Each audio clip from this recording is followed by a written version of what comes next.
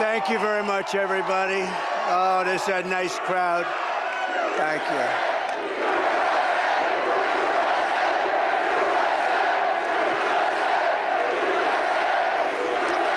Well, a very special hello to Greensboro. Hello, Greensboro. And another hello to North Carolina, because I've been at North Carolina a lot lately, you've probably seen. I followed that horrible storm, and then I came back, and we spent a lot of time here yesterday, met some incredible people. What they've done is unbelievable. They haven't had much help from our government in Washington, I can tell you that. But come January 20th, when you take office, you're gonna be seeing a lot of me. We're gonna fix it up and make it better than ever. And I'm thrilled to be back in this incredible state with thousands of proud, hardworking American patriots, and that's what you are. And I'd like to begin by asking a question. Are you better off now than you were 4 years ago? I don't think so. I don't think so. So I'm here today with a message of hope for all Americans. With your vote this election, I will end inflation. I will stop the invasion of criminals into our country.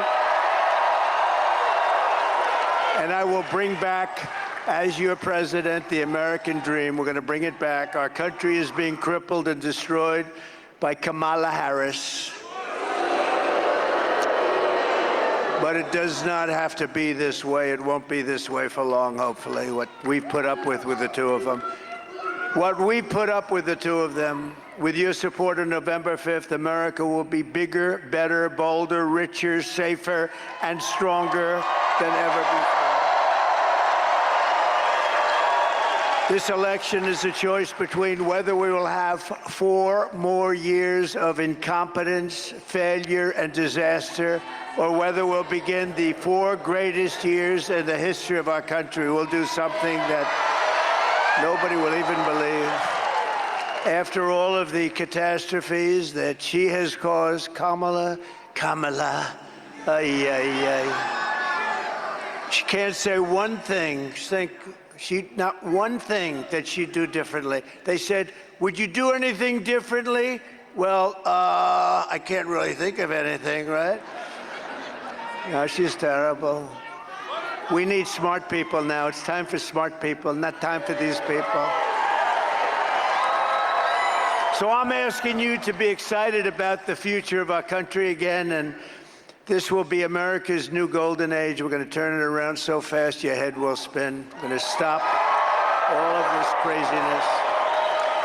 Every problem facing us can be solved, but now the fate of our nation is in your hands. In North Carolina, you have to stand up and you have to tell Kamala Harris that you've had enough. You can't take it anymore. We're not going to take it anymore. You're the worst vice president in the history of our country. And you're aligned with the worst president in the history of our country, who, by the way, likes me more than he likes her, but I won't say that. Kamala, you're fired. Get out, Kamala. Get out. Get out.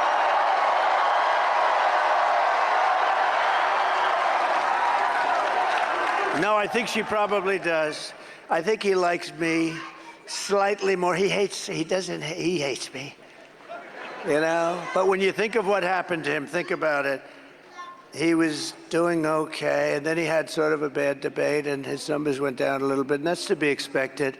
And then they went to him, and they really just took the presidency away from him. And he's got a lot of anger in his heart. He's got a lot of hatred in his heart. And much of it goes to her, because she was the first one out. She failed. She was 22 people were going for the Democrat nomination, right? And she was the first one. Think of it. She was the first one out. And now they're a threat to democracy, as they like to say. They're a threat to democracy. But nobody would have thought that was possible. And now she's cratering in the polls. You know, you see it, because they're learning who she is. She's a radical left lunatic. Yesterday, I was here in North Carolina, outside Asheville, where I witnessed the terrible devastation of Hurricane Helene. To every family who has lost a loved one or a home, or they lost so much, our hearts are with you, and we are praying for you. The polls are open for early voting in North Carolina, and every day from now till November 2nd and then on November 5th. Oh.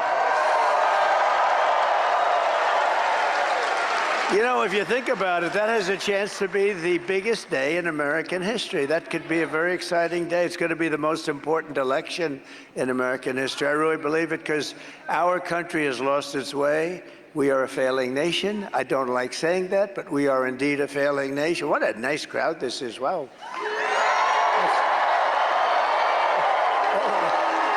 A lot of people.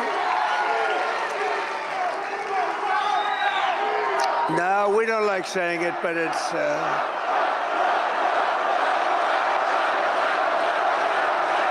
you.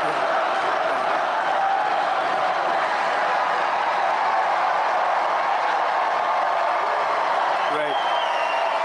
What people? What people? We're going to take care of you. We're going to work together. You know, we won twice here. And we won twice everywhere, if you want to really know that. We won twice everywhere.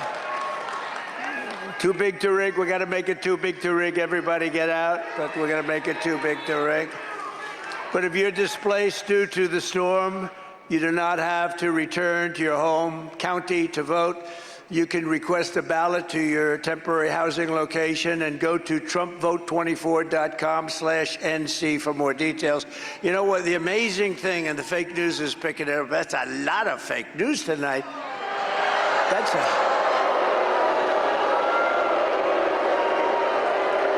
a lot. And up there, I would say you have about 9% of decent people. It's like about 9%. It's unbelievable. Boy, it would be nice. You know what? If we had an honest press, a press that wrote the truth, we would be so much further along as a country.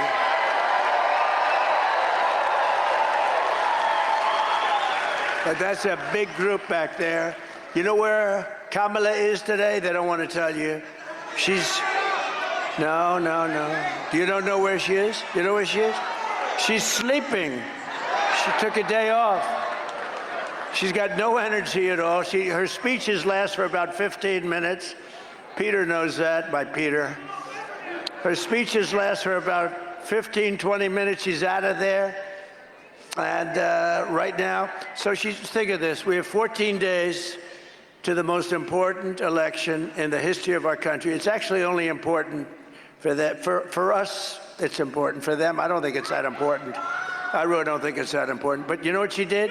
She took a day off. How do you take a day off? 14 days, you don't take days off, right?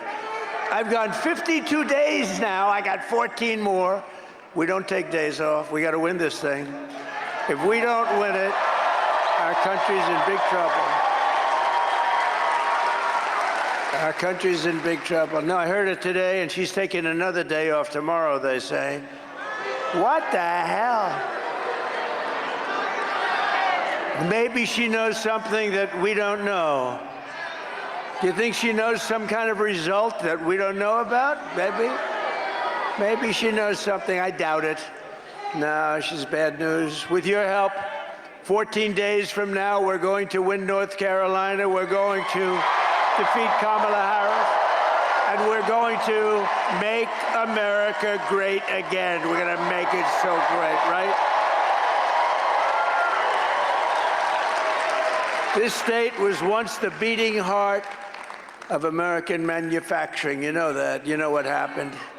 But year after year, globalist after globalist, radical left politician after radical left politician, Kamala Harris and her party sold you out, allowed your jobs to be plundered and stolen from you by other countries.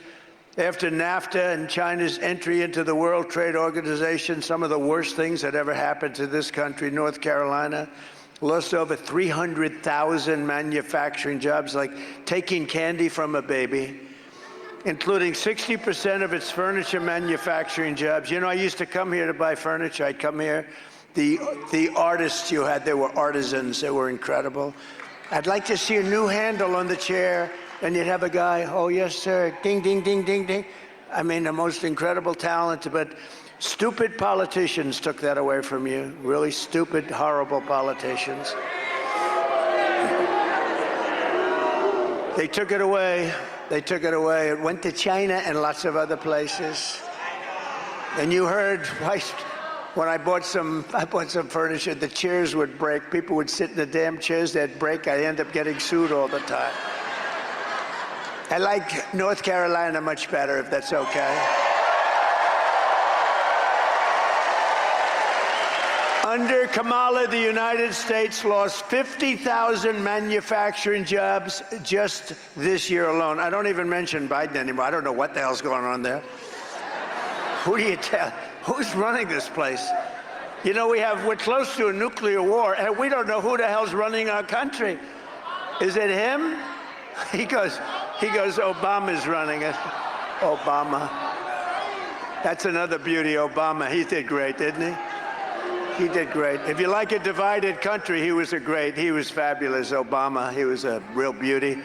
But under the Trump administration, we're going to take back what's ours. We're going to take it back. We're going to bring it all back.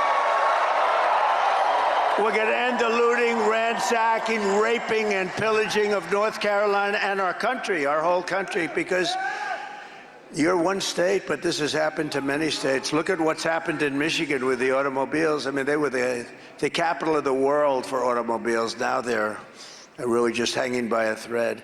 And because of me, I just stopped the largest plant anywhere in the world being built in Mexico, owned by China. They were going to make cars. And they were going to, you know this story, came a year ago, they announced, largest plant in the world. They were going to make cars, sell them into the United States, and destroy Detroit, Michigan, and all of Michigan. They were going to make more cars in that one plant than all of Michigan makes as a whole. And I said, you're not going to do it. And I said, you know what? I'm going to run for president, and I'm going to put tariffs on that damn plant, and you're not going to do it.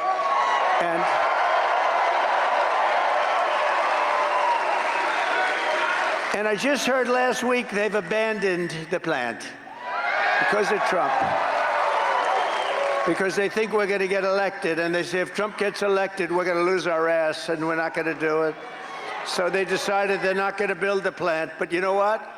If she gets in, they'll start the plant like your head will spin, and they'll be selling hundreds of thousands, millions of cars into our country with that big, monstrous plant. There were a number of plants. They were all stopped, every one of them, because they think I'm going to come in, impose 100, maybe 200, do whatever's necessary. They're not going to have one car come into our country and destroy Michigan and South Carolina and Tennessee and a little bit of North Carolina. But, you know, South Carolina has been very big with that. But we're not going to let them destroy our country, our states that do the auto things. You do a little bit of it, and sometimes a lot, depending on your mood. You have a lot of things in the state. You cover a lot of territory. Peter, they cover a lot of territory in this state. But the one that I like best, I loved, and I really mean it, I loved what you did for furniture. Isn't that terrible? I had such a heart for furniture here. It's hard to come back. It's hard to come back, but we're going to bring it back. We're going to bring all of it back, more than you ever had before. We're going to bring it all back. We're going to bring it all back. And if she comes, I'll tell you what, if she becomes president of this country is finished. This country is finished. And I don't like to be that way, and I wasn't that way. Even with crooked Hillary, I wasn't talking that way. This woman is a radical left lunatic who has no right even running. She doesn't deserve to be able to run. She came in last in the primary. Now she's running because they want to be politically correct. I'm not going to let this happen. Starting in January, we will give our companies the lowest taxes, the lowest energy cost, the lowest regulatory burdens, and free access to the best and biggest market in the planet. But you know, it will not. If we keep going like this, we're not going to have the best market anymore. We're going to be like Venezuela on steroids, okay? That's what we're going to be. And I used to say that And if I don't get elected, that's what's going to happen. You're going to end up in a 1929-style depression. If you look at what her policies are, she has no idea about business. She has no idea. Frankly, she has no idea about anything. She destroyed San Francisco, which was really the best city, I think maybe the best city in the country. She destroyed it. She helped destroy California, along with Gavin Newsom, who was one of the worst governors in the history of our country. But only if they make their products here, they're going to get these benefits. Only if they make their products here in America and they hire American workers to do the job. It's very simple. And if these companies don't make their products here, then they will pay a quite stiff tariff. Nice tariff. We're taking a lot. You know how much China paid us during my time? Hundreds of billions of dollars. No other president got them to pay not 10 cents. Go through all these great presidents. Oh, they were so great. Not 10 cents. China didn't pay 10 cents, and they were ripping us left and right. That's why I got into politics, if you want to call it that. I don't feel I'm a politician, but what the hell, call me whatever you want. But it really was trade. And you know what? It morphed from trade, and now I say, most important thing to me, trade. Always trade with me. We're going to bring jobs back like nobody's ever seen. But the border, it's so horrible what they're doing to us on the border. To me, you know, if you look at the polls, it's the economy, and it's inflation, and then it's the border. I think the border is the biggest.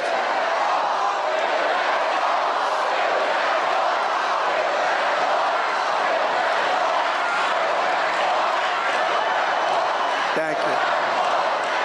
Thank you. So I think the border has become, to me, it's the worst thing I've ever seen, where we're allowing criminals to come in, hundreds of thousands of criminals to pour into our country. They come from jails. They come from places unknown, from countries we never even heard of. 181 countries were represented as of last night. Think of it, 180. To me, number one is our border. We don't want murderers. We don't want people from mental institutions coming in. We don't want people coming in who are terrorists. And I think it's number one. And then number two would be economy. And number three is inflation, or you could put them together, do it any way you want. But I think that the border is the biggest threat to this country. Other than, of course, some horrible, horrible radical left lunatic politicians that we have. That's a pretty big threat to our country also. But I will never apologize for defending America. I will protect our workers. I will protect our jobs. I will protect our borders. I will protect our families, and I will protect the birthright of our children to live in the richest and most powerful nation on the face of the earth. And we'll have it back there very soon. We're going to have it back there very soon. With 4 more years of Kamala Harris, North Carolina will be an economic wasteland. That's what's going to happen. The rest of your companies are going to move out. Everybody knows that. The smart people know. She's the only one that doesn't know it. Low IQ. She's a low IQ individual. And we've had that for 4 years. We don't need another 4. No country could take that. Can you imagine what President Xi, you know, I got to know him very well. He's a fierce individual. The press, the fake news, hates when I say that he's a brilliant man. He runs 1.4 billion people with an iron fist. If I say he's a brilliant man, they say, he called him a okay, he's not a smart man at all. These people are crazy back there, I'm telling you. Am I allowed to say he's smart? Is he smart? He's a smart man. He's a fierce man. I get along with him very well. Putin, these are people that are tough people. Kim Jong-un, North Korea, nuclear weapons all over the place. I said, you ever do anything else? Go to a game, do something, you know. He loves producing nuclear weapons. That's what he likes producing. And he's got a lot of them. And he has no respect for our leadership now, and he didn't respect Obama. He thought Obama was a real jerk, And I think he's a real jerk because I've watched him campaign over the last couple of days. I watched him campaign. divider he is, right? What a divider he is. He'd divide this country. He couldn't care less. Him and his little group of people. He was terrible. But I've watched what he's done. He's trying to campaign because she's incapable of campaigning. So they send him in to try. He's not going to do it. He also, you know who he helped? He helped Hillary Clinton. How did that work out? He came out for Hillary. So they sent out the same thing. But the fake news, they don't talk about that. They said, oh, they're bringing out Barack Hussein Obama. Oh, Barack, remember Rush? Barack Hussein Obama. Rush Limbaugh, we miss him, don't we? Don't we miss him, Peter? They're bringing out Obama. I say, oh, they did that with Hillary Clinton. Good, I'm glad they're bringing him out.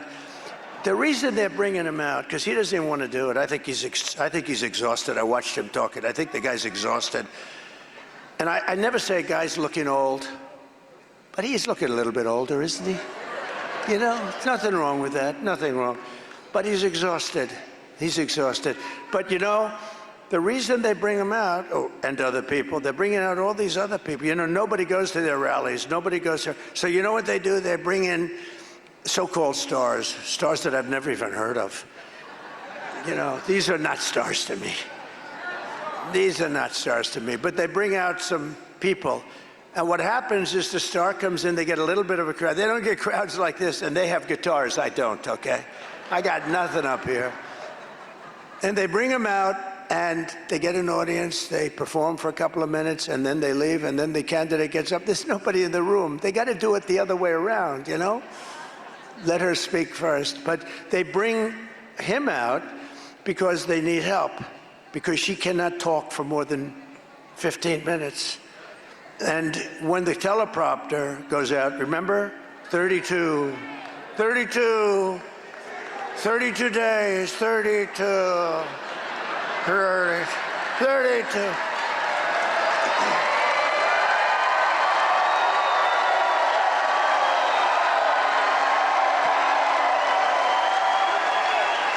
I said, what the hell is going on with her? I was watching. You always want to watch your opponent, right? And I was watching her, and she started doing that 32. She was just about gone, and then that sucker snapped back on. They go out. It's a dangerous business. You know, if you're a teleprompter reader, it can be dangerous, because no matter how good these guys are, I have a great guy, but about 5% of the time you lose a teleprompter. Sometimes it breaks down and snaps. We call it a snapback. You know, it's gone, and now you're on your way, and then you go ping, and it's back. But no matter how good they are, you lose it 5% of the time, and I thought she lost it. And I just wanted to see a little bit longer. I just wanted to see, because she was over. But if you'd like to go into politics, you got to be able to make a speech without reading a teleprompter. Because if you need a teleprompter like her, you're in trouble.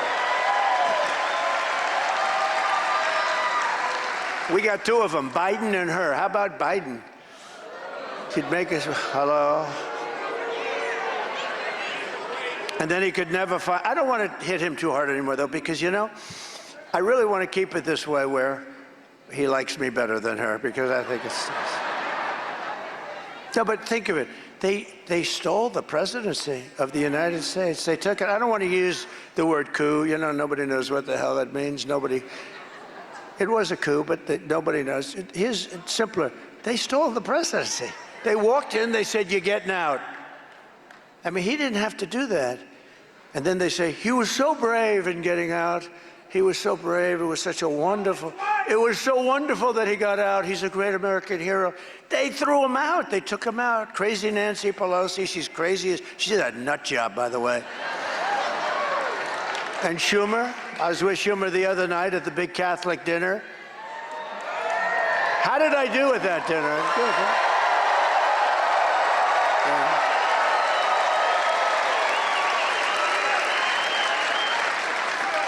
The Al Smith dinner, big dinner, 77 years. Almost without fail, every candidate goes to that out of respect to Catholics. And she said she's not going. It never happens. It hadn't happened in decades. And the last person, we know who that was. The last person lost, let's see, he lost everything but one state. You know what state it was? Minnesota, the home of the stupidest man I've ever seen run for office.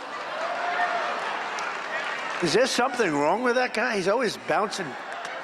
He's going with his heart. Yeah. I never got that. But there's something wrong with that guy, I'm telling you. And you know, that should enter in. And I have somebody the exact opposite, a brilliant guy, J.D. Vance, who's really very solid, very solid. Kamala's inflation has already cost the typical family over $30,000 on higher prices, and now she wants to raise the typical family's taxes by nearly $3,000 a year. Take a look at this. Kamala Harris is going to significantly raise taxes. Taxes are going to have to go up? Kamala's plan will raise families' taxes by nearly $2,600 a year. Under Kamala, prices have already soared. Now she'd make it worse with even higher taxes. Taxes are going to have to go up? President Trump will cut taxes again. No taxes on tips, overtime, or Social Security. Approve this message. Thank you. Remember when I said no taxes on tips, and then like a month later she goes, we will have no taxes on tips. Oh, and the place was booing her. They said, a little bit late. Anyway, and you never heard it. I haven't even heard her say it again after that, because that just shows you the kind of dedication they have to their statements. No, she's the taxing queen, and she's also demanding a shocking 33% tax hike on all domestic production, along with the largest capital gains tax hike in history. This is going to be the largest tax anybody's ever had to pay, and every business is going to leave our country and go to another country. They don't have to stay here. They have a lot of opportunity. It used to be you'd go to a different state. Now they go to a different country. They'll go to Asia. They'll go to Europe. Go to different countries, and you've had that, and all you're doing is forcing them out, and with them goes the jobs and the money. By contrast, I will massively cut taxes for workers and small businesses and do just as you saw, no tax on tips, no tax on overtime, and no tax on Social Security benefits. I will make, here's something that I think is going to be great. Think of this. And I just made a decision to do it a little bit differently, because I'm only going to do it if they build that particular product, namely an automobile, in the United States. Listen to this. I will make interest on car loans fully tax deductible, because affording a car is essential to restoring the American. So I had calls from the biggest people in Wall Street. Where did you come up with these ideas? The no tax on tips? Who gave that to you? Actually, it was a waitress at Trump Hotel in Las Vegas. I didn't pay a consultant $5 million to come up with the idea. A waitress said, it's terrible the way they're treating us with tips. And a lot of them, you know, I mean, a lot of people don't report those tips anyway, really, I guess. It's a kind of a weird kind of a thing. How do you tax it? Somebody puts $5 in their pocket, you know, let's see. But she gave me the idea. But they said, how did you come up with this thing on deductibility of interest on automobiles? I said, it was just an idea I had, but I had a better idea, because here's what I'm doing. I want it to benefit, I don't want it to benefit other countries. I want it to benefit us. So its deductibility of interest is great, but only if the car is manufactured in the United States.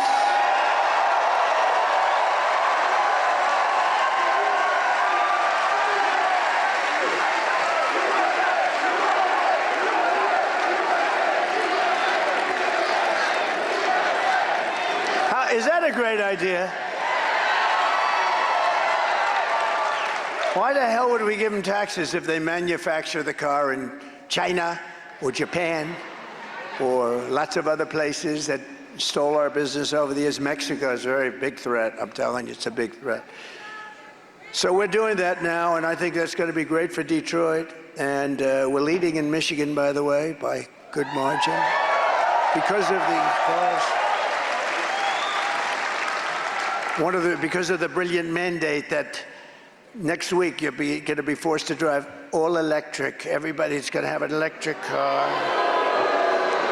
They don't go far. They cost too much. And by the way, they're great. You know what? They're great. And Elon makes the best of them as far as I'm concerned. But, and he'll be the first to admit, it's a certain market, and it's a certain market for certain things, but you have to have gasoline powered. Here we have more gasoline, we have more oil and gas, we have more liquid gold than anybody in the world. And we're trying to go all electric. So we want that. We want hybrids. We don't want hydrogen cars. We don't want hydrogen. Would anybody like a hydrogen car? You know what a hydrogen car? It's a great car. It's a wonderful car, except if it happens to explode, then you are unrecognizable. They said they have it down. They don't think more than 10 or 20 will explode a year. But if it does, you're gonzo. So we told them, let's not spend a lot of money on that. That's one of those things, no matter how good it is, you don't want it. But other than that, they said it works quite well. On day one of the Trump administration, I will terminate Kamala's insane electric vehicle mandate, and we will end the Green New scam once and for all. You know, the Green New scam is terrible. You know whose idea that was, right? AOC, young girl, very nice person. She never even studied the environment in college, average student at best. She was an average student. She walked in one day, she said, we're going to all be dead in 12 years because the oceans are rising.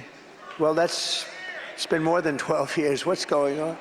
No, we have a much bigger threat. We have a threat called nuclear weapons and having stupid people running our country. And if you talk about global warming, that's the real global warming, not this nonsense of the ocean's going to rise over the next 400 years by 1/8 of an inch and we're going to be wiped out.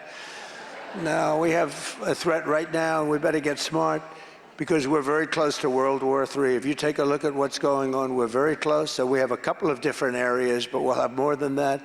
And you can look at the size, look at the teams, they're already being divided up. You see what's going on with Iran and Russia and China, and now other countries are adding into that group, North Korea. No, no, no. We have very stupid people letting this happen. That should have never happened. Now they want to attack our dollar. They want to take our dollar away from us. They want to take our dollar and not have that be the standard any longer. That would be like losing a world war. Then we would be indeed third world status. And if I'm elected, they're not doing that, I guarantee you that. No chance. Just like Russia would have never attacked Ukraine, zero. By the way, zero. Even a Democrat congressman was on television, and many Democrats are saying that. And by the way, for 4 years they didn't. So, you know, it's not like, oh, gee, they won't. For 4 years they didn't. I think what happened is when Putin saw how weak we were, how pathetic we were, with the stupid Milley and these generals that aren't even generals as far as I was concerned. What a stupid group of people they were. Mattis, Milley. You know, the real ones, the ones that I used to defeat ISIS. We defeated ISIS. They were the real generals. They were the real generals. They weren't the television generals. They weren't the dumb ones. They were the ones that were warriors. But we'll quickly become energy independent, and we will frack, and we will drill, baby, drill. We're going to drill.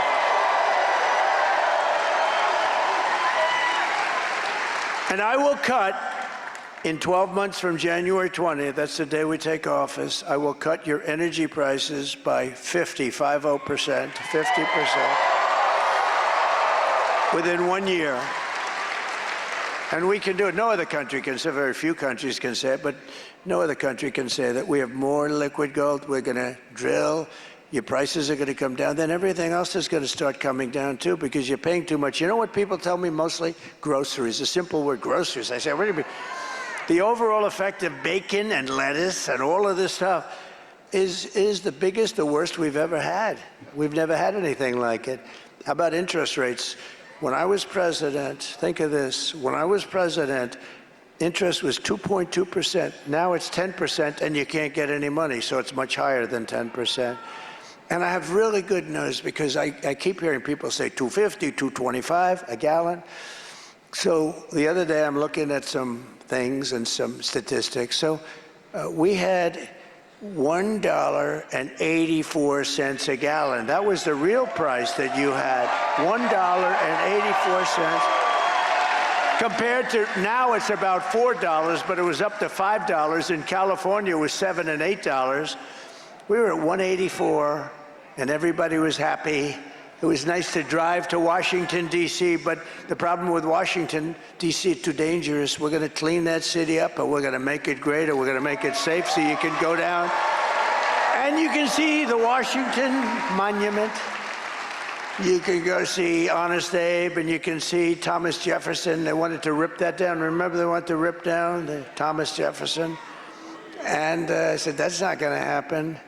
Remember, I passed that law, an old law that was, they came into town, they wanted to rip down our statues, and I said, well, do they have a point? You know, a couple of them were a little rough, then I said, well, now I heard they want to rip down Honest Abe Lincoln. Now you're getting a little bit nasty. And I went out, and we were tough. I said, give me that law. I want to sign it immediately. We took it. It was an old law from early 1900s. And it basically said that if you so much as look at or touch any monument anywhere in the country, federal monument, anywhere in the country, you get immediately 10 years in jail with no early getting out stuff. And I signed it with a news conference, remember? I said, anybody that wants to play games with me, you can play games, but it's not going to work out well. And we had a lot of people in Washington. They were having a lot of fun thinking about which statue they're going to take down. And as soon as I signed it, I watched the backs of those people. I don't want to use the word asses. I watched the backs of those people leaving town. They all left town very nicely. We had no problem. But just recently, a month ago, they were in Washington, and they're spray painting beautiful limestone lions and doing tremendous damage, fighting with the police. And by the way, nothing happened to those people. You know, when you spray paint over limestone, you'll see it in 100 years from now, because limestone's a very porous. I was really good at real estate and building. Limestone's very porous stone. And that stuff goes right into that. You can't get it out unless you want to do it with a chisel, and that's not going to work. And you're going to see that in 100 years from now. And it's very, very sad. And nothing happened to those people, nothing. I watched it very closely, and they did great destruction, and they had fistfights with our cops, right? They had fistfights. They were rolling in the grass and fighting our police. Nothing happened to them. Under Kamala's economy, millions of Americans are suffering because of inflation. They're losing their jobs. You can't afford housing, groceries, or a car. And yet Kamala is importing millions of illegals across our borders and giving them taxpayer benefits at your expense, while taking the jobs from African Americans and from Hispanic Americans at levels that we have not seen. You're going to see reports coming out very soon. They're trying to hold it until after the election. Hopefully it won't matter, because we're going to win by so much. But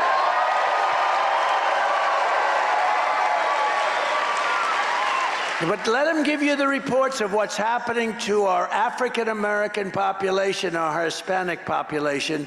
They are taking the jobs of our African-Americans and Hispanic Americans, and it's tremendous numbers. And they're going to release these numbers sometime after the election, and everyone's going to be upset, and nothing they can do. You're going to have to wait 4 more years. And I'm not sure we can wait 4 more years, because I don't know that we'll have a country in 4 more years.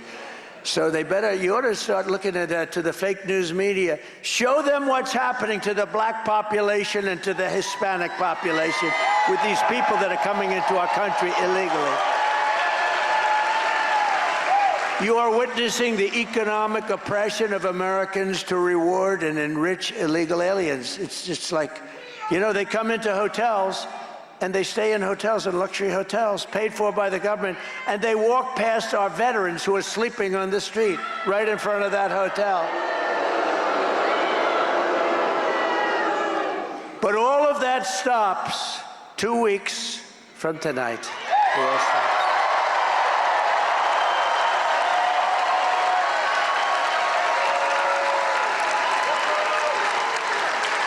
For 4 straight years, Kamala Harris has imported an army of illegal alien gang members and migrant criminals from prisons and jails, from insane asylums and mental institutions all around the world, from Venezuela to the Congo, not just South America, this is all over the world.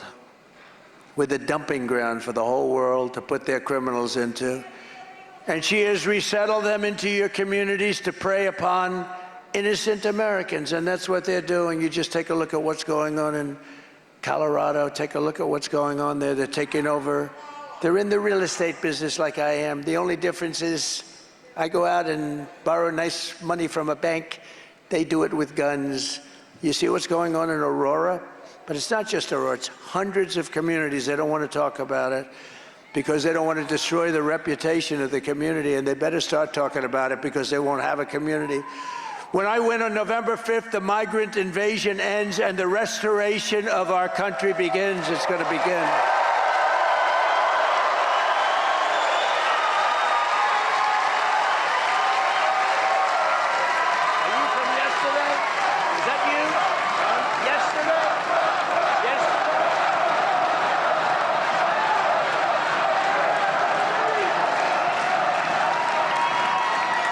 One of the deadliest and most vicious migrant gang that Kamala has imported into our country.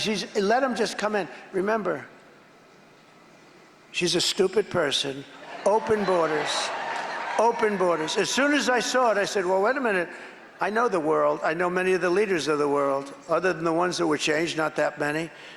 I know them. They're smart. They're streetwise, very streetwise people. I said, wait a minute, they're going to let all their prisoners out into our country. When you have open borders, there's no checking, there's no vetting. And very importantly, Border Patrol, they're phenomenal. They endorsed me last week with the strongest endorsement that you've ever seen. Unanimous. Unanimous.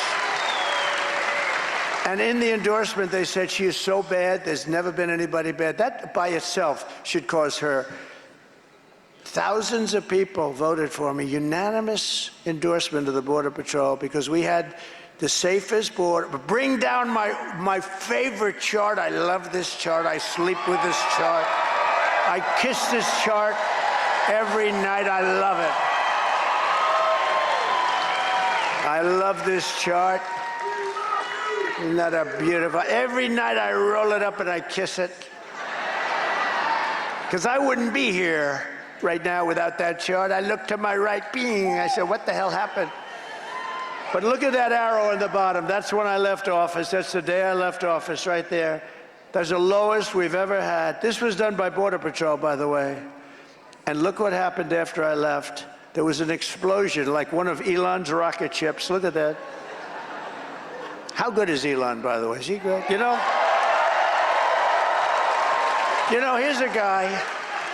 When you talk about, he is so smart. We're inside, beautiful place, beautiful arena, packed, nice, probably 71 degrees. We finally have air conditioning. Some of these things don't have air conditioning. It's brutal.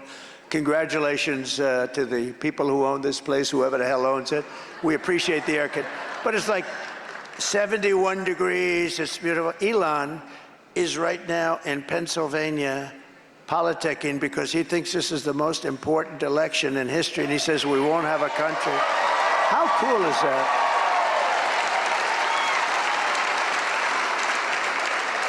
And he's registering voters. He's an amazing guy. How cool was the rocket ship that landed the other day, right? I never saw it.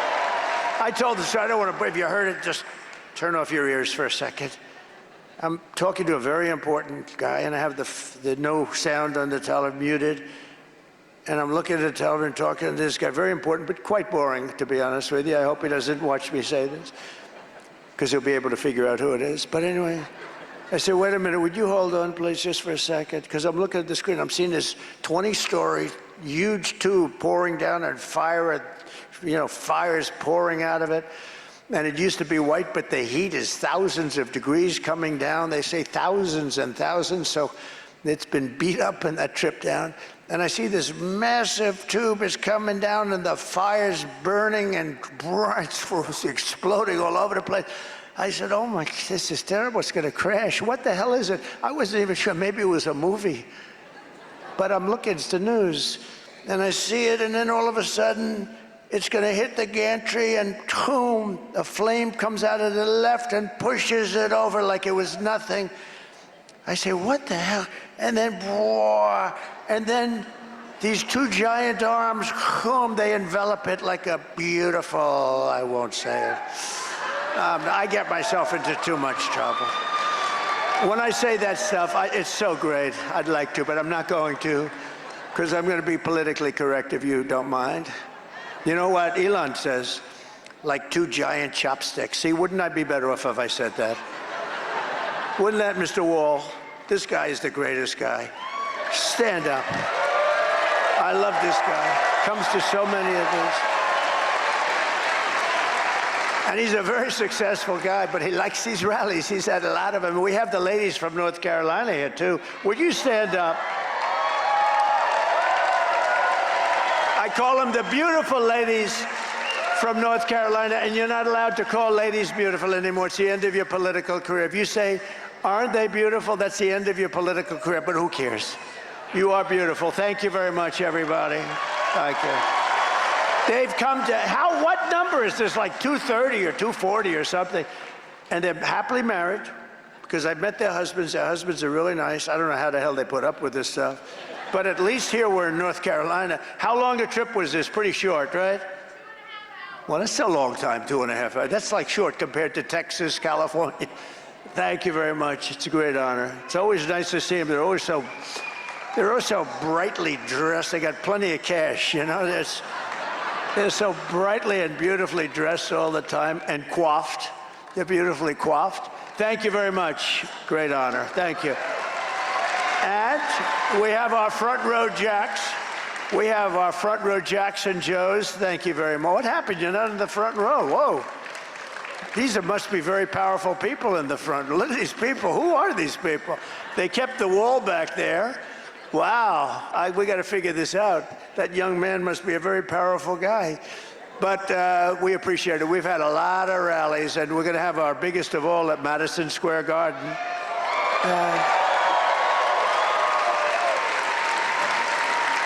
We're going to make a play for New York. Hasn't been one in many, many decades, but with what's going on in New York between the illegal migrants and the crime they're causing and hurting people so badly and all of the problems in New York, we're going to give it a hell of a shot.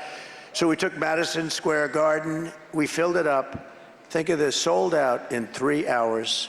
Done. Can you imagine? If a normal politician, and I don't say this in any way, just say if a politician, like take our best politician, after me, take our best politician. If you had 250, 300 people, that would, you'd have 300 people in a ballroom or something. Ronald Reagan would have 350 people, 400 people. We sell out these things, 25,000 people at Madison Square Garden because we use the floor, right? The basketball. So we have the whole thing, holds 18 or 19,000. We have the floor. And it's sold out in 3 hours, so that's a great honor. But we're going to do a big one in the Atlanta arena. We're trying to sign the Philadelphia arena. We had tremendous success in Long Island, where the ice hockey team plays, the Islanders, and we could have sold that thing out 4 times. It was incredible. So we're doing them, and we're sort of, it's sad because we're sort of wrapping it up. You know that, right?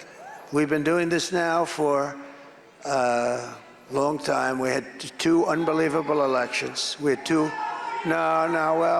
but we are. I didn't even think of it. I was being interviewed by a very good person today, actually, and that person said, when you did Madison Square Garden, it's in a week, they said, is that sort of wrapping it all up, right? And I said, I never thought of it that way, but I guess you could. It's sort of wrap it. We have a few days left after that, but we sort of are. When you think we've been doing it from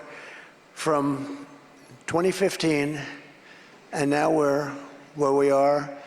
So we're, talking about 9 years, almost 10 years by the time we do it. And there's something, and think of what we've done. This is the greatest movement in political history. I mean, there's never been anything like that. Right?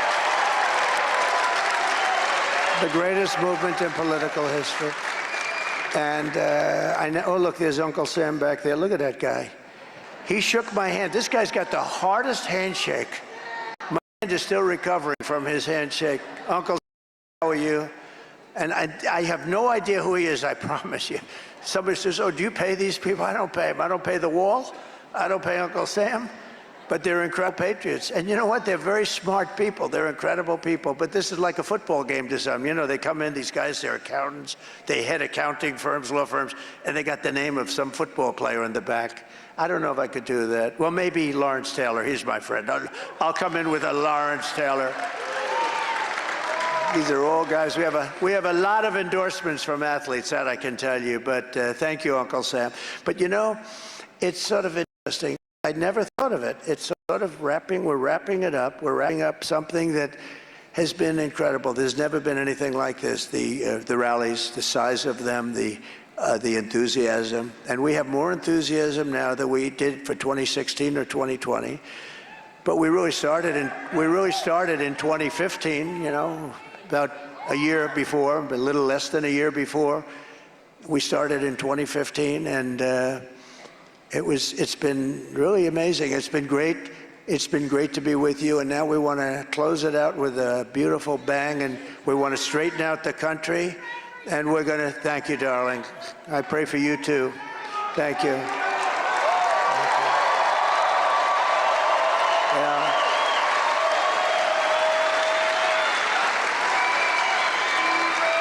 But it's been like a movement of love, you know, and it's like, you know, when we first started, there used to be like some fights, and there were problems where you have fight, not much, but we had some.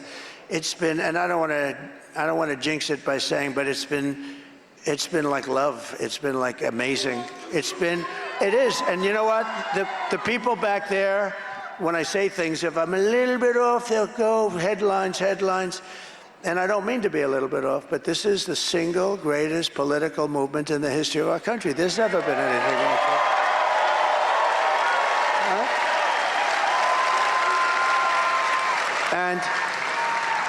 And if it wasn't, if it were just slightly behind some other movement that nobody could even come close to talking about, they would have headlines. I have to be very careful when I say things. But he said that, and he said, is this wrapping it up? And I never thought of it. I didn't think of it that way. We're in the heart of battle, and we have to win our country. And then we're going to have 4 great years, and that's a different kind of a battle. But for what we're doing, for the campaigning, this will be, we're pretty much, we're 14 days from sort of wrapping it up. And we're going to have different kinds of get-togethers, and hopefully it's going to be get-togethers of success. We're going to base it on success. We're going to have great success with this country. We're going to bring back our businesses. We're going to stop crime in the streets. We're going to close up our borders. We're going to let people come in to our country. But we need people to take all these jobs that we're going to be creating a lot of jobs just by the use of very smart use of tariffs, taxes, and incentives. Just like I told you, just come up with one. And literally, I did it with a friend of mine who's a great business person. I said, what do you think of the idea, like the idea of the deduction for a car, interest deduction for a car? But then I said, but to get it, you have to build the car in the United States. Who would think of that? You know, it sounds simple, like the paperclip. It's very simple. Somebody came up 129 years ago or something. They came up with the paperclip, and other people looked at it, and they said, how the hell why didn't I think of this idea? And now you'll have everybody come out and say, we're going to deduct interest, but you know what? It doesn't have the same ring. No, that's a big deal. We're going to make so many cars in Detroit with that. That's going to be so big. But I said, wait a minute, if I do this, what are we going to do? Make more cars in China? You know, China, I put a tariff on Chinese, 27.5%. And because of that, they're not flooding our country. They're destroying Europe. They're just flooding Europe with cars. But we've kept our car companies, but it's a fraction of what it used to be. We had the glory days. We were making everybody's cars. The Cadillac was the most beautiful. To my father, having a Cadillac, he'd get a Cadillac every 2 years. That was his definition of luxury. I just want a Cadillac every 2 years. That was, and today, you know, they don't talk so much about that. We're going to take care of our military better. We're going to take care of our military better than anybody. You know, with our military, We took care of our veterans better than anybody has ever taken care. We took care of our veterans. We had a 92% approval rating, and now it's back down to 44 or 43. We did choice. We had choice, so if a person had to wait, one of our great, because I call them heroes, one of our great heroes had to wait for a doctor, they could go out. If they had to wait more than one day, they go out and they get a doctor, and we pay the bill. And in the end, it was not only was it good for them, it was also even efficient, because some of these people were dying. They'd wait for 4, 5, 6, 7 months. And we have great doctors in the VA, but the problem was the administration. And our guys did a fantastic job. We did another thing in the VA. We got rid of all the sadists and the sickos or wackos. You couldn't fire them because of civil service laws. And I got this all passed. We got this all passed in Congress. It was an amazing thing to get it passed in Congress. They were trying for 58 years for one and for 54 years for the other. And it worked out great. And now I understand that as of like yesterday, they're trying to get rid of, they call it choice. We have a choice of going outside, getting a doctor.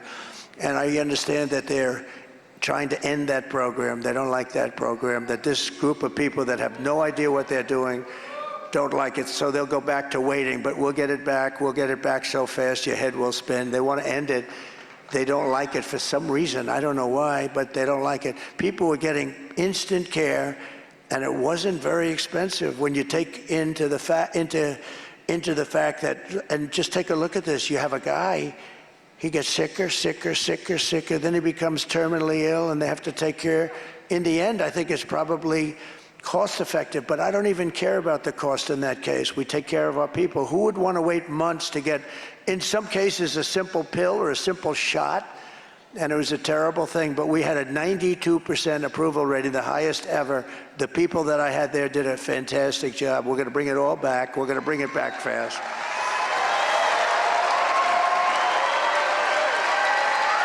And one other thing, I mean, isn't it nice to have a president that doesn't have to read these stupid teleprompters, isn't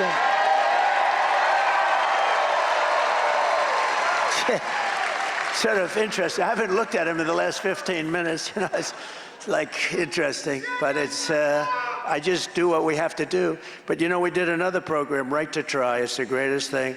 For 51 years, they've been trying to get it because we have the best doctors, the best lab technicians, the best labs, the best everything.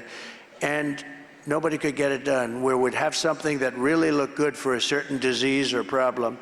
It really looked good, but they couldn't do anything because the FDA wouldn't be able to approve it for years. I got that number way down, by the way, but they wouldn't be able to approve it for years.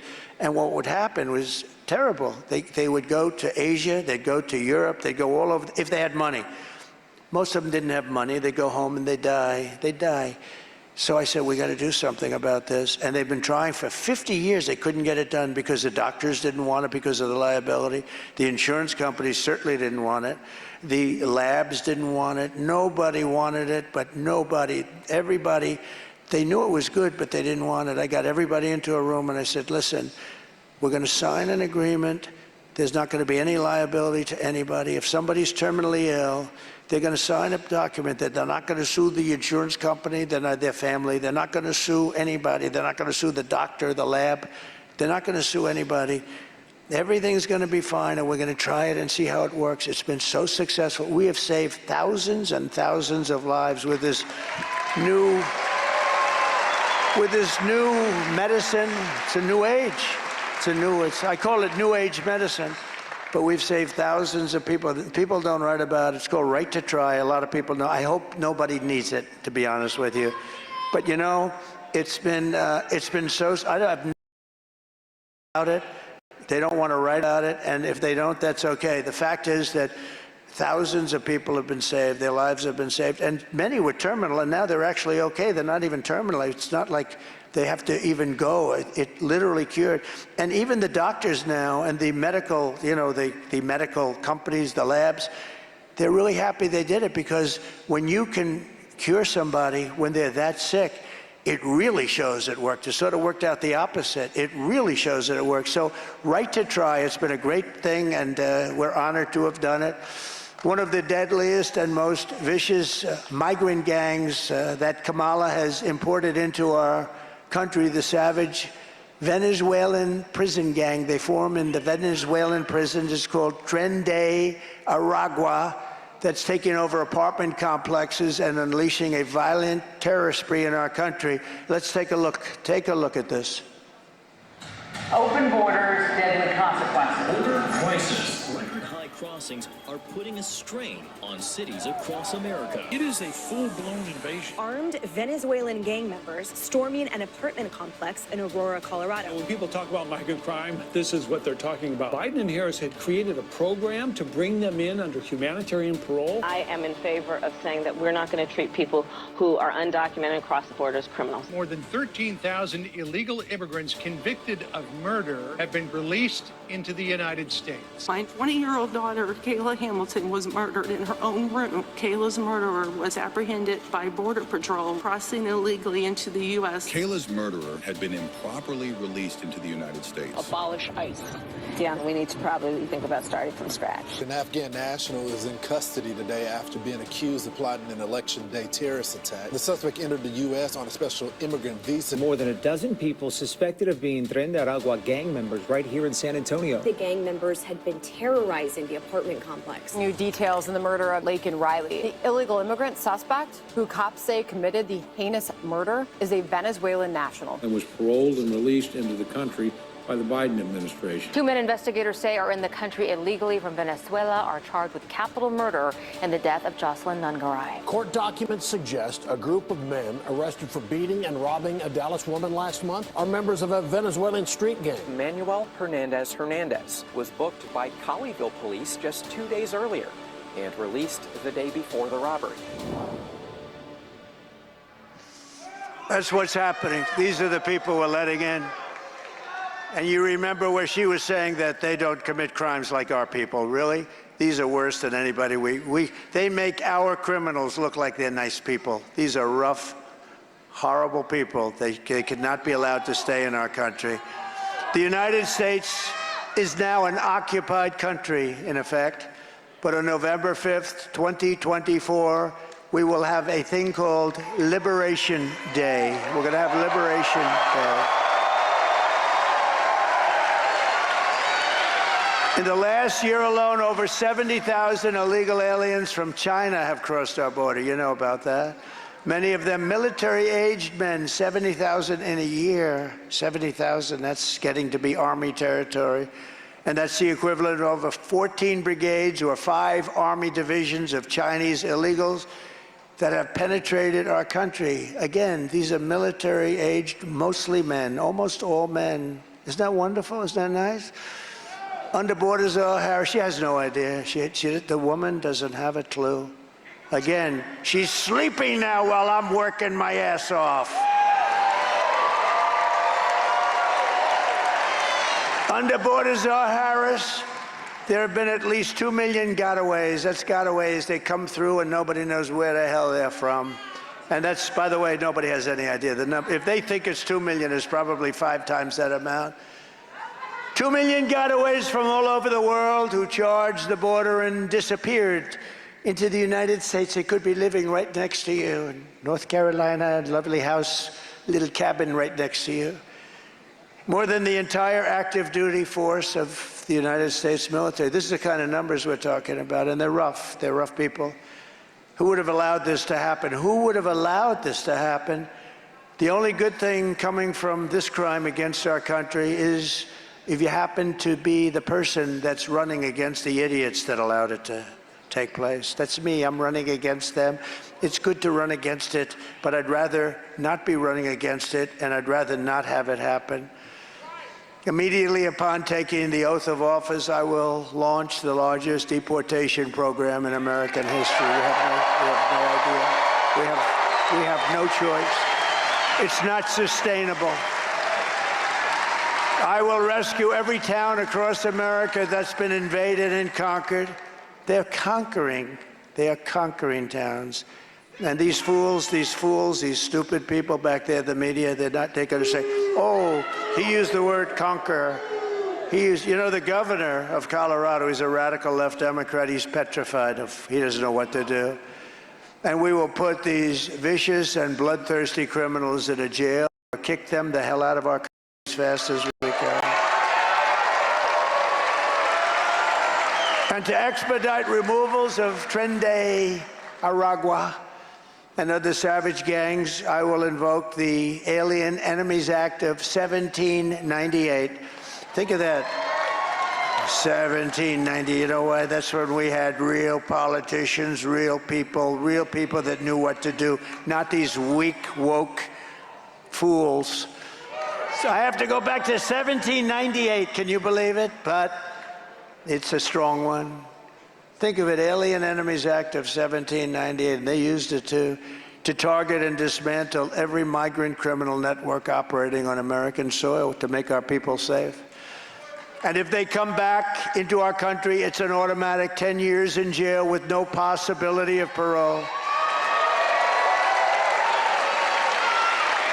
And I am hereby calling for the death penalty. And we have to do this. I'm calling for the death penalty for any migrant that kills an American citizen or an law enforcement officer. You kill an American citizen or a law enforcement officer, you get the death penalty. And we'll get that approved, too, because Congress is going to approve it. They're feeling the way you are. I will end catch and release. Thank you.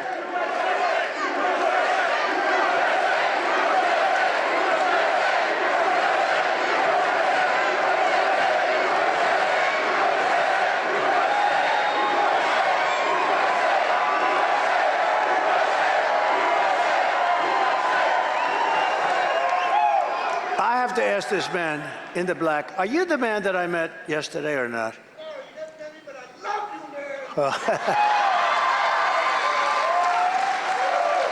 That's a pretty, you're just as good. No, I met some great people yesterday. I saw the devastation. It was incredible. He just said, no, you didn't meet me, but I love you, man. Thank you. That's cool. You're very cool. You're very cool. Thank you. I will end. Thank you. Thank you. Thank you.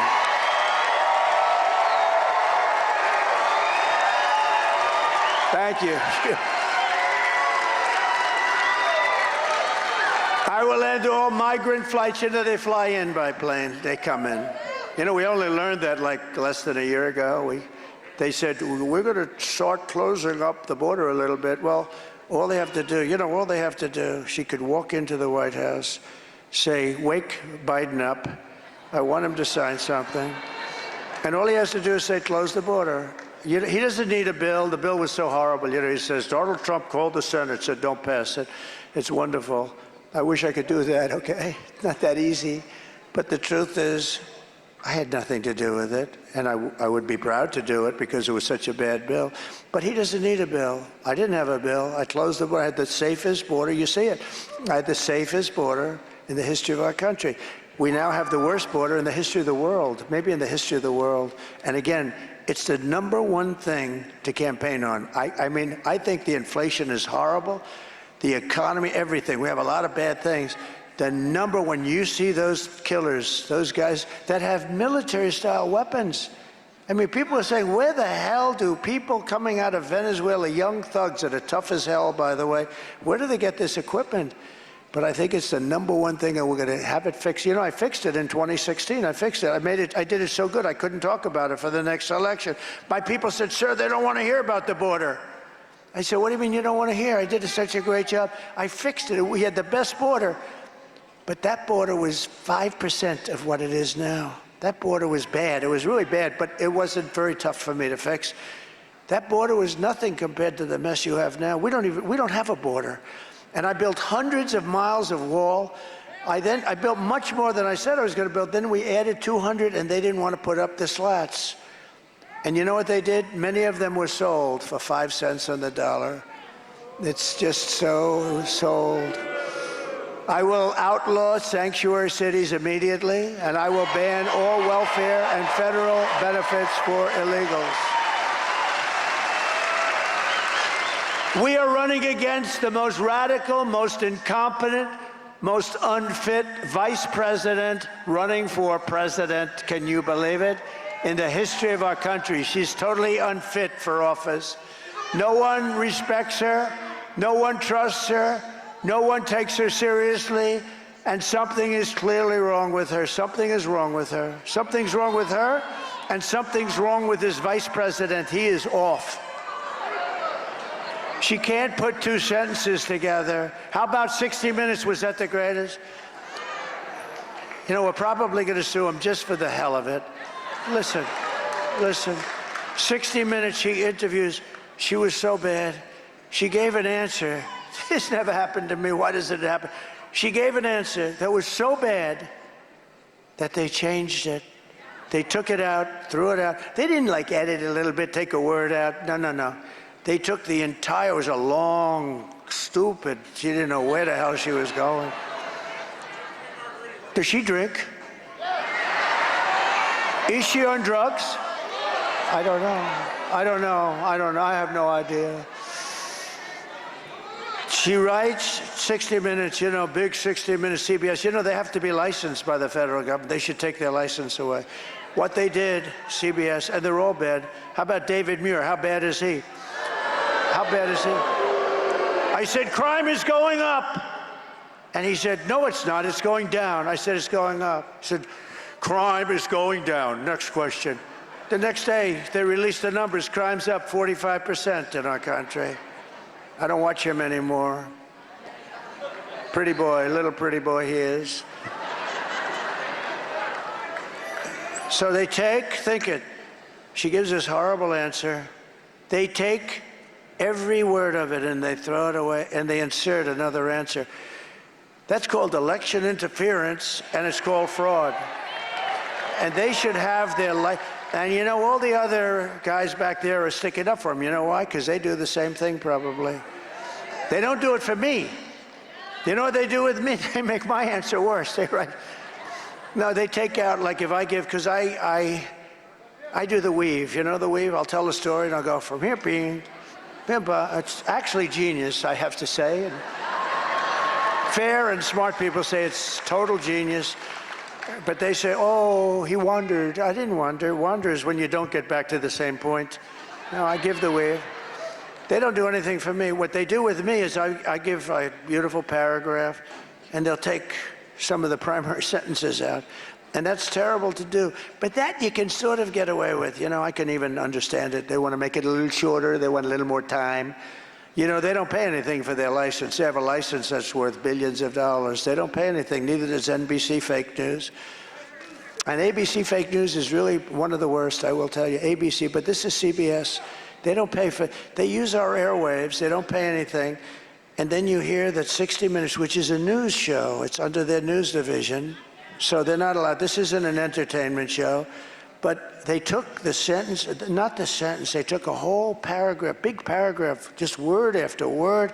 That was like the 32 that I listened to, you know, 32, with the teleprompter where she basically choked and froze like a dog. But that was like the 32. They took it out and they inserted a new answer that was more rational, wasn't great, but it was, at least you don't say, what's wrong with this person? Where did you ever hear them doing that? That's called election. This is an election. We're in the middle of an election. She gave a horrible answer on a news show that pays nothing for the airwaves that are worth billions of dollars. And the other networks stick up because they don't want it to happen to them either. They don't want to see a bidding contest for who's going to do the news. But there has to be some kind of justice in this country. You can't take her answer out, insert a new answer, and say, this is called major election interference fraud. So we'll see what happens. I actually think it's the biggest scandal in broadcast history. I really believe that. I think it's the biggest scandal. Nobody's seen anything like it, and people are furious about it, and they all come out with some answer. Well, we did this because of that, and that. They took the answer out, they put a new answer in. There's nothing, there's no justification, so we're probably going to take them to court. Should I take them to court? Okay. So we've asked them, we sent them a letter yesterday, we've asked for the entire transcript. And we want to see, did they do it in other places too? And we'll see what happens, but good. So I have your permission, right?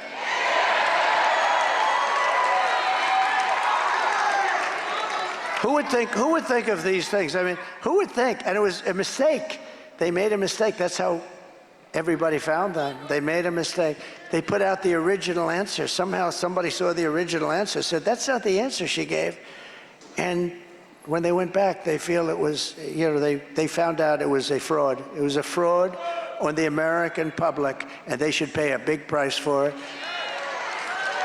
And if they do pay a big price, it won't happen anymore. She's an international joke, and she's going to end up getting us into World War III, and Kamala is in free fall. You know, she's in free fall with Arab and Muslim voters. Now, in Michigan, did you notice that my poll numbers are very good with the Arab voters? Did you see that? My poll numbers are very good. I appreciate it. You know why? You know why they're? Because I want peace in the Middle East. I want peace. I did the Abraham Accords. I want peace in the Middle East. So it's very simple. It's not, I want to see peace in the Middle East. But my poll numbers in Michigan are very good with they were supposed to, I was supposed to be 0, she was supposed to be 100. Now I'm beating her because they see how bad she is. But they don't like or respect her. She's sent their overseas, I mean, you take a look.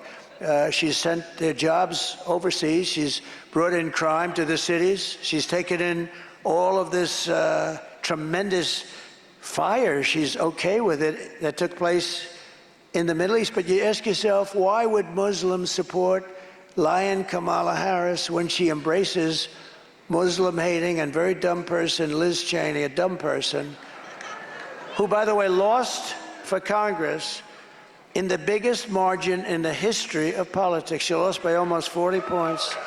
The reason she has that honor is that most people wouldn't have stayed in. A congressperson that's in that position normally retires before the election, which would have been a good idea for her to do. But Liz Cheney's a total loser, but her father brought years of war and death to the Middle East. He killed many Arabs, many Arabs and Muslims. And now Lion Kamala has embraced Liz Cheney. She embraced her. And why would a Muslim or why would an Arab want to vote for somebody that has Liz Cheney as her hero? Liz Cheney is a totally failed politician. Again, she set the worst record. I think it's a terrible mistake that she's made. I think it's a great insult to Muslims all over the world, and I think that she's going to do very bad in Michigan. I really do. I think she's going to do very badly. To do that was a bad thing, and I was very surprised to see it. But in one way, I was happy because you have to understand I'm competing against her. I'm competing against this stupid person. I think we are winning by a lot. I have a feeling we're winning by a lot. But this person cannot be president. By the way, is there any place better to be than a Trump rally?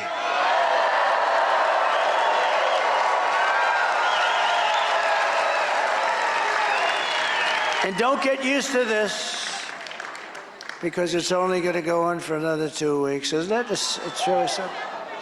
It's only going to go on in 4 years, you'll be having rallies of 100 people, 200 people. Mr. Walz will be doing other things. Front row Joes are going to be doing, oh, these guys are boring as hell.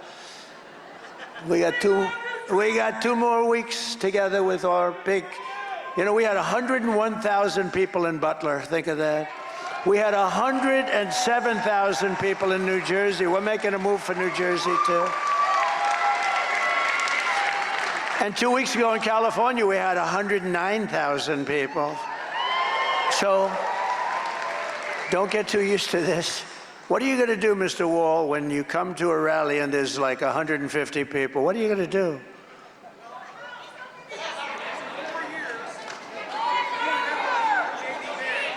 Oh. You like, right? That's very good. That's good. Good man, I'll tell you that. When the people of North Carolina were stranded and drowning in Hurricane Helene, Kamala Harris was at a glitzy fundraiser in the city that she destroyed, San Francisco.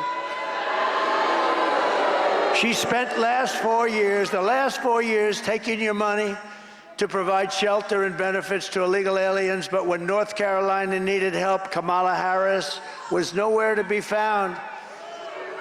You know, they spent your money. You know, they're going to probably have to call an emergency meeting, a special session of Congress, because the illegal migrants, many of them killers, many of them drug dealers, many of them released from prison, have taken the money that they were supposed to spend in North Carolina and Georgia and Alabama and Tennessee and Florida and South Carolina.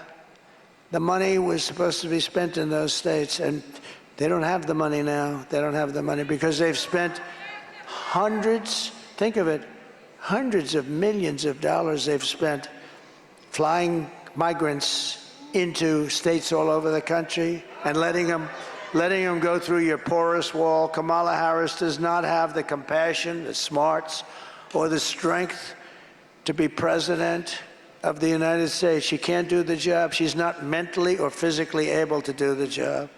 And on top of all of it, she says she would not do anything differently. She would not do anything differently, she said, than crooked Joe Biden, which is disqualifying. When you see this tape, you're going to say she's disqualified.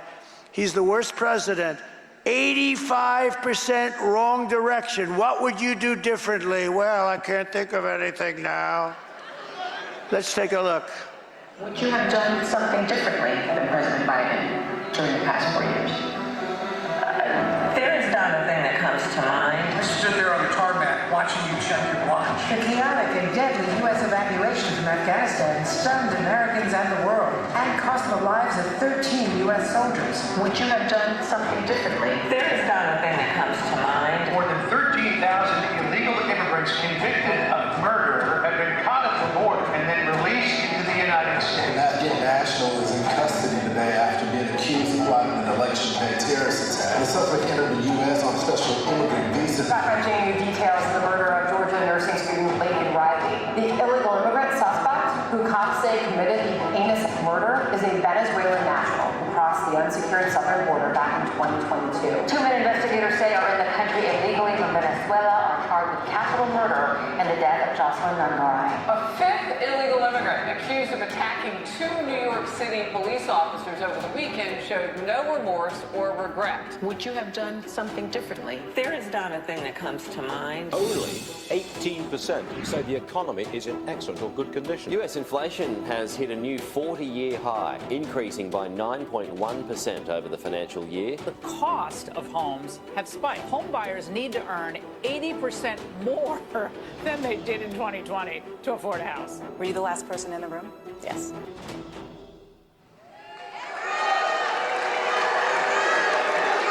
So North Carolina, if you want to end this disaster, you must go out, just go out and vote. We got to win this. We got to get this thing.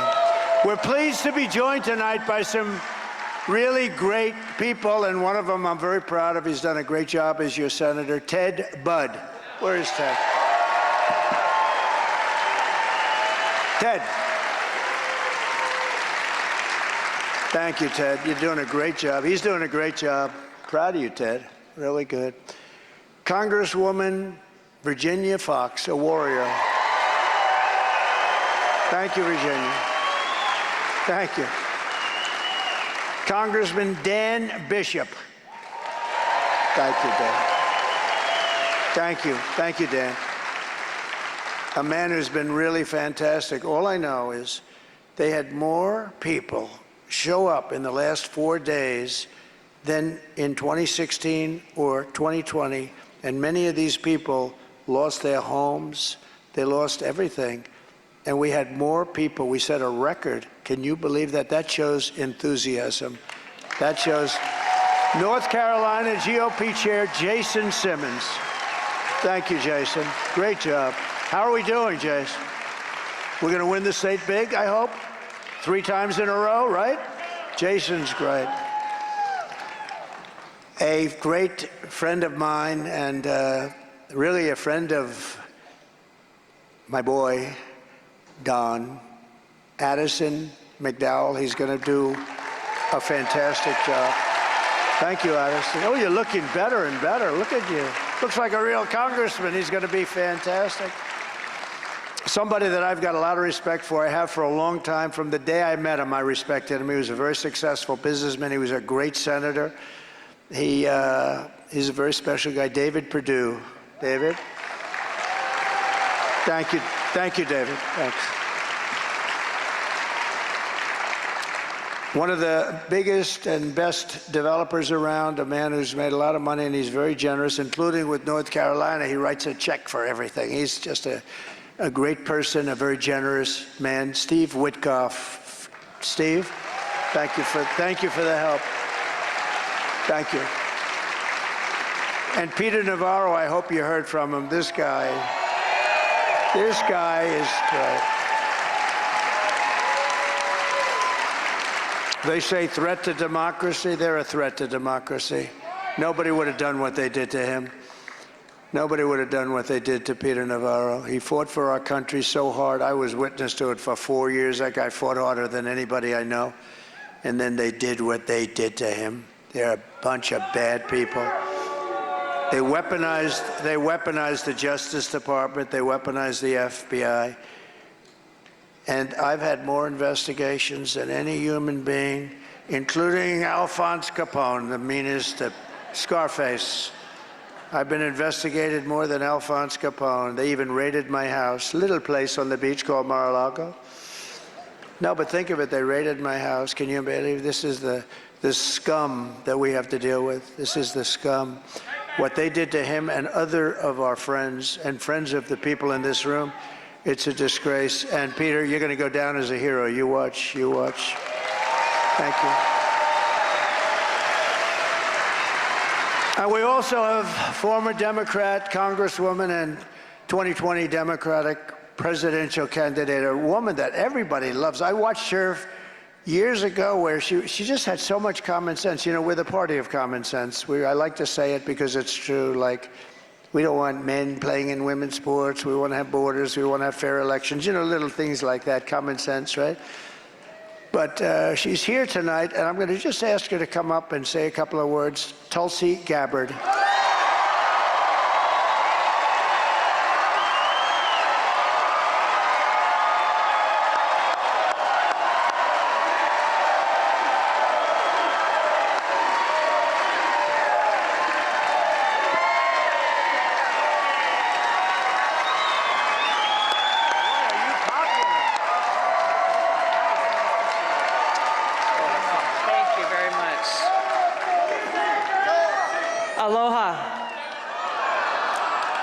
You know, I was a Democrat for over 20 years.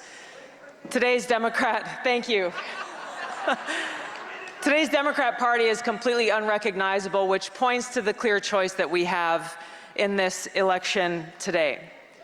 When you look at the party of Kamala Harris, for example, she is anti-freedom, she is pro-censorship, she is pro-open borders, and she is pro-war. Without even pretending to care about peace, as President Trump talked about, she has shamelessly embraced the endorsement and support of warmongers like Dick Cheney and Liz Cheney and others who care more about power and feeding the military-industrial complex than they care about you, the American people, and peace. President Trump has pledged to end wars, not start them.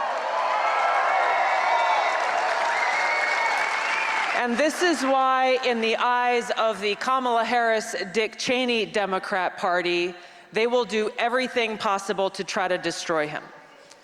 You'll see how they have weaponized the federal government. They have weaponized law enforcement, the Department of Justice. They have done everything possible to try to silence him, to try to remove him from the ballot, so we the people don't even have the choice to who we want to vote for. Why have they done this? Because this man has the courage to take them on and root out the deep rot of corruption in the swamp in Washington.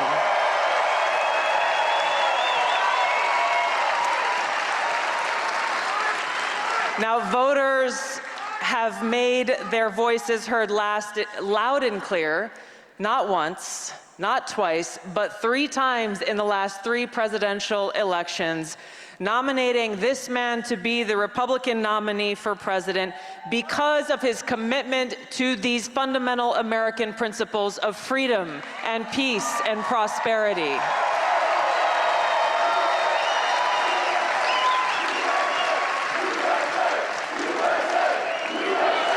USA.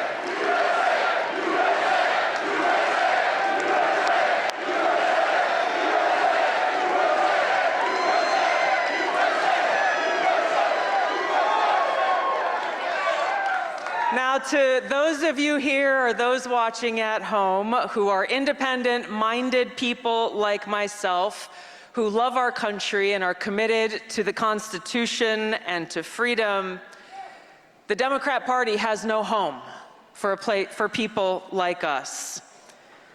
But we do have a home in the Republican Party where we are welcomed with open arms by President Trump and so many of you who love our country.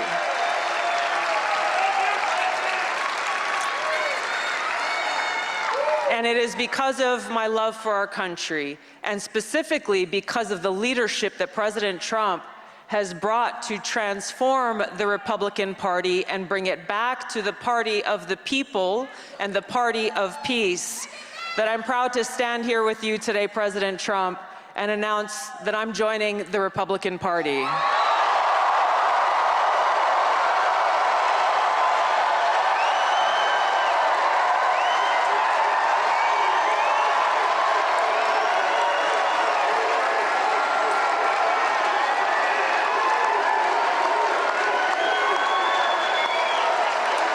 I'm joining the party of the people, the party of equality, the party that was founded to fight against and end slavery in this country. It is the party of common sense and the party that is led by a president who has the courage and strength to fight for peace.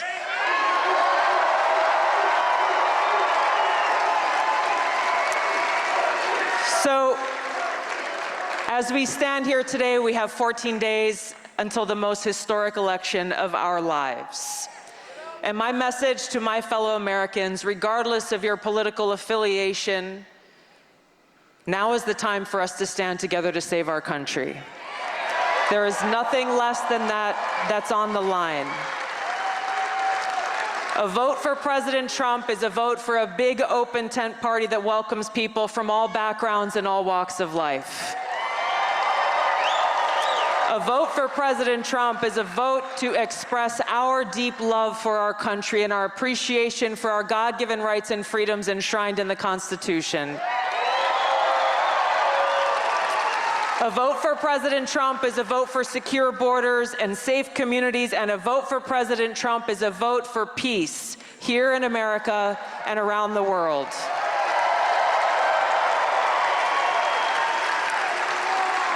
I'm looking forward to casting my vote for President Trump because you are our best and only hope in this election to lead our country toward a future where every one of us can live in a truly free, peaceful, and prosperous nation.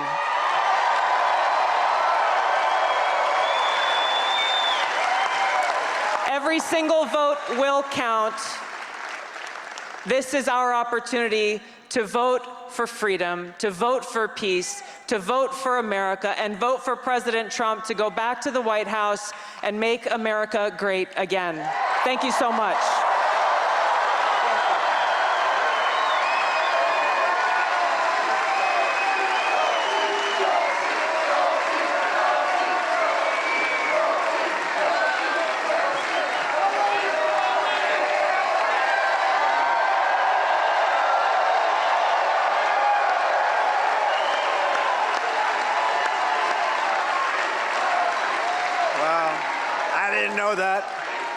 I didn't know that. Thank you very much. Tulsi, that's great. Wow, that was a surprise. That was really, she's been independent for a long time. It's a great thing, a great honor. Thank you very much, Tulsi. And what a beautiful speech you made, right? Wasn't that beautiful? You know, I'd like to also honor somebody who really has gone through a lot, and I hope he's going to really be helping us a lot. He's got some tremendous ideas and for making us healthy and well, and that's RFK Jr. He's a very special guy, and I just want to thank him because he sort of came in at the same time as Tulsi, and he's got some incredible thing on your health, on women's health, and all of the different elements. I may have to fight him a little bit on the environment because we have to run this country so well, but that's okay. But he's really an outstanding guy, and it was not an easy decision for him, certainly. But RFK Jr., thank you very much. Thank you.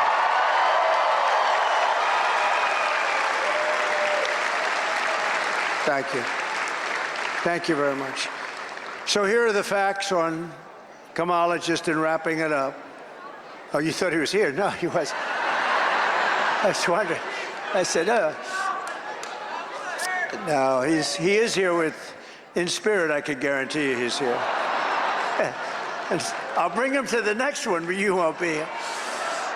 He's great. He's got some really incredible ideas, and he's so committed, it's incredible. So thank you very much to Bobby. But here are the facts on Kamala Harris. She's a radical left Marxist, rated even worse than crazy Bernie Sanders or Pocahontas. She destroyed our economy. She was an original creator of defund the police movement, and anybody who wants to defund the police, even for a day or a week, is not worthy of being president of the United States. Can't be. Kamala Harris vowed to abolish ICE.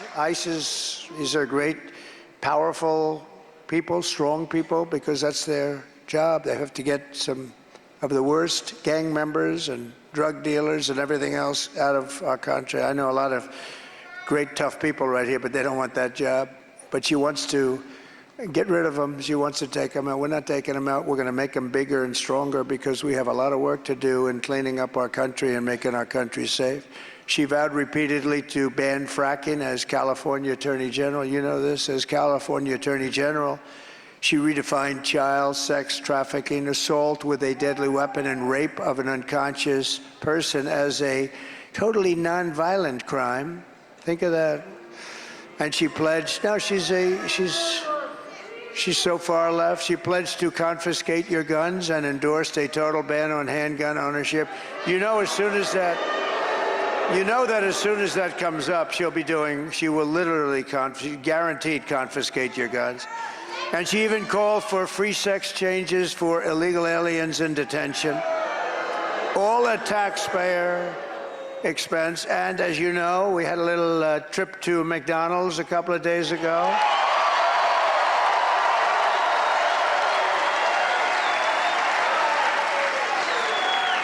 And she lied about working at McDonald's. It was a part of her story. I worked over the French fries, so I decided to see what it was like. And those French fries were good. They were good. They were right out of whatever the hell they may come out of, but they were. No, but think of it, and the press refuses to acknowledge it. They refuse to cover it. They have tried, and McDonald's denies it. And she never worked there. She never worked there. They went, everybody, some people went and really did spend a lot of time on it. No, she lied, and she's a liar. And on top of all of this, Kamala turned our military as woke as it can be, which is not woke because they are great. What they did for me with ISIS was, these are not woke people. But take a look.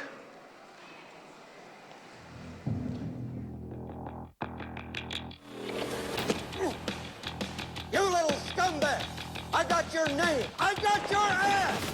You will not laugh. You will not cry. You will learn by the numbers. Happy Pride. Happy Pride Month, and actually, let's declare it a summer of pride. So you're a killer? Sir, yes, sir! Let me see your war face. Sir, you got a war face? Ah!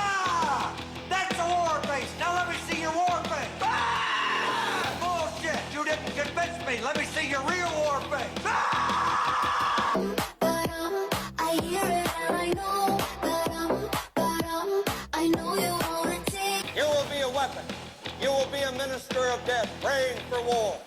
But until that day, you are pukes. You are the lowest form of life on earth. You are not even human fucking beings. You are nothing but unorganized, grabastic pieces of amphibian shit. How to abracadabra, these bitches know I got answers the way I... It looks to me like the best part of you ran down the crack of your mama's ass and ended up as a brown stain on the mattress.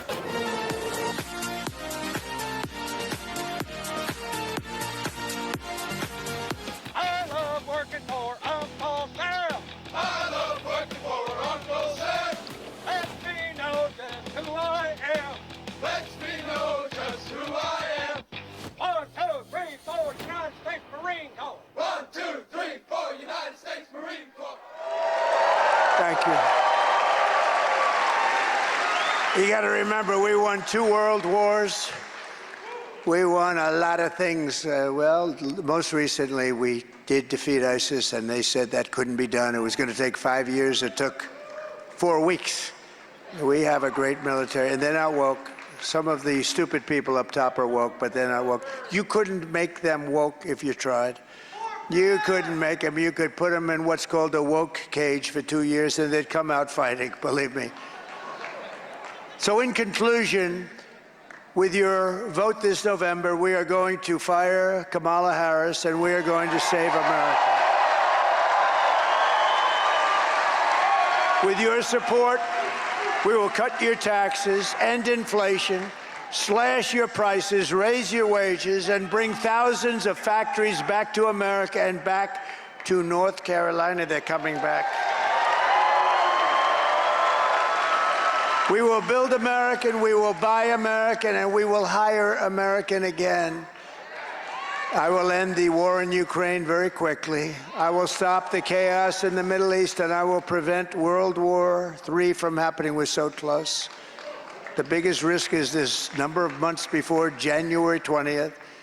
We will crush the violent crime that's plaguing our cities and give our police the support, protection, resources, and respect they so dearly deserve. They will stop the crime. We will strengthen and modernize our military. You know, we rebuilt the entire military. And then they gave a lot of military. A lot of our military was given to Afghanistan. Isn't that nice? Think of that. How about that? That was the most embarrassing moment in the history. 13 dead soldiers, many, many horrifically wounded with arms and legs obliterated.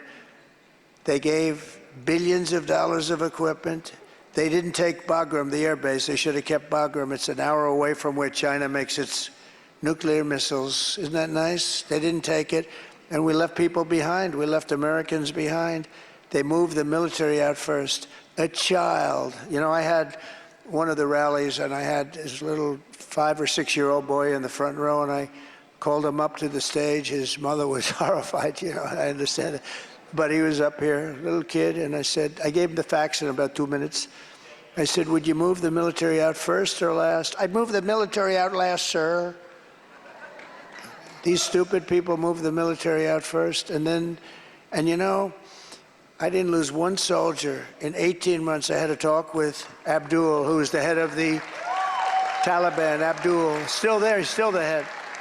And we had a talk because they were killing a lot of our soldiers with sniper fire and other things, and a lot of them with Obama and Biden, but basically Obama. I don't think Biden knew where the hell he was then either.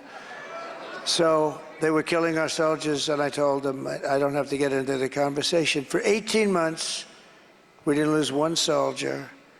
And then we had a tragic election, tragic. Think of our country. We wouldn't have had inflation, least importantly. We wouldn't have had inflation, but we wouldn't have had Russia going into Ukraine. Zero chance, zero. Wouldn't have ever happened. And it didn't happen for 4 years. Even the Democrats, most of them agreed, the honest ones, which there aren't too many of them, but even they say it wouldn't have happened. And October 7th with Israel would have never happened. They wouldn't have killed all those people. Those people were killed. And the hostages, now they're waiting for the hostages. There won't be many hostages. There are not going to be a lot of hostages. Those people are probably long gone, so many. I've been saying that for a long time. That's part of the problem. The other side doesn't know what to do because they don't have the hostages. It's a very sad situation. That would have never happened. All these things would have never happened. Think of the difference in the world. Viktor Orban, the head of Hungary, Prime Minister of Hungary, very powerful guy. He said, they said to him, what's going on in the world? It's blowing up in the Middle East. It's blowing up with Russia, Ukraine. What's going on? You didn't have any of this stuff when Trump was here. What is going on? He said, the problem is you don't have Trump. You put Trump back, it's all going to be better. They would have never done this with Trump as president. It's interesting. Right? Peter knows, right, Peter? We will build a missile defense shield all around our country. We're going to be safe. We're going to be made in the USA. It's going to be made in North Carolina, partially. We will land an American astronaut on Mars, and we'll call Elon, let's get going. We want to do that. But we really want to, and as part of that, we were in big trouble in space. China was lapping us, and Russia was lapping us. And I created Space Force. And now we're lapping the whole world with Space Force. They've done a great job. Part of that whole thing is about military and military protection. It's going to be very important. It's going to be one of the really best decisions we ever made doing Space Force.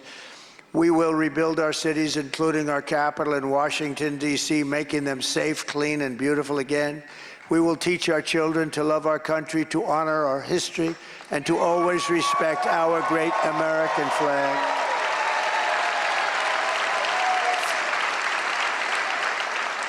And we're going to go to Congress and ask very strongly, because that little riot that they had 3 months ago, they were burning American flags all over the place. We're going to ask Congress to, they say it's unconstitutional, I disagree, to give a 1-year prison sentence for anybody burning the American flag.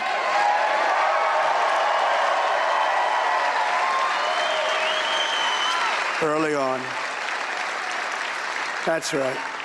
That's very nice. Very good. You came prepared. Look at you. We will get critical race theory and transgender insanity the hell out of our schools.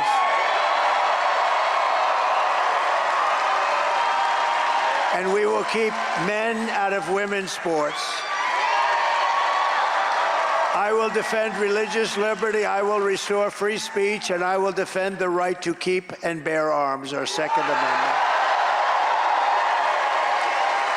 After years of building up foreign nations, defending foreign borders, and protecting foreign lands, we are finally going to build up our country and defend our borders and protect our citizens.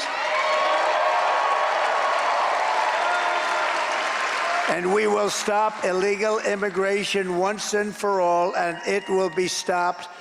And again, we're going to let people into our country, but they're going to come into our country legally. We will not be invaded. We will not be occupied. We will not be conquered. We will be a free and proud nation once again. Everyone will prosper, every family will thrive, and every day will be filled with opportunity and hope. But for that to happen, we must defeat Kamala Harris and stop her radical left lunatic agenda. And we have to have a landslide of an election that's too big to rig. We have to get out. You got to get out. Early voting is underway, so get everyone you know, get your friends, get your family, get Alice to get her husband, who just will not get off that couch. Come on, Jack. Let's go, Jack. You got to do it, Jack. You can do it. Turn off the television just for an hour. We'll be right back, Jack. Turn off that football game. It doesn't really mean anything, Jack. Especially with the new kickoff return. Did you ever see anything so stupid in your life? They always they have to ruin things at work. Is that the most ridiculous thing you've ever seen? After all we have been through together, we stand on the verge of the 4 greatest years in the history of our country. With your help now, until Election Day, we will redeem America's promise. We will put America first, and we will take back the nation that we love. We are one people, one family, and one glorious nation under God. And we will never give in. We will never give up. We will never back down. And we will never, ever, ever, ever surrender.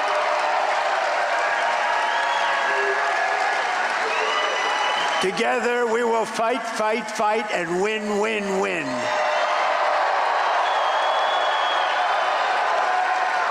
November 5th will be the most important day in the history of our country, and together we will make America powerful again.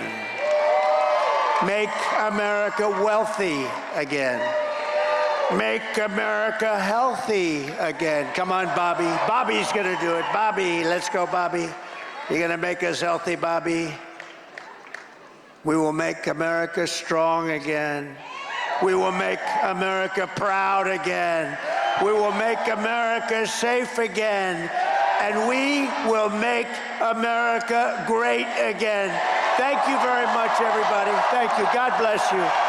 God bless you.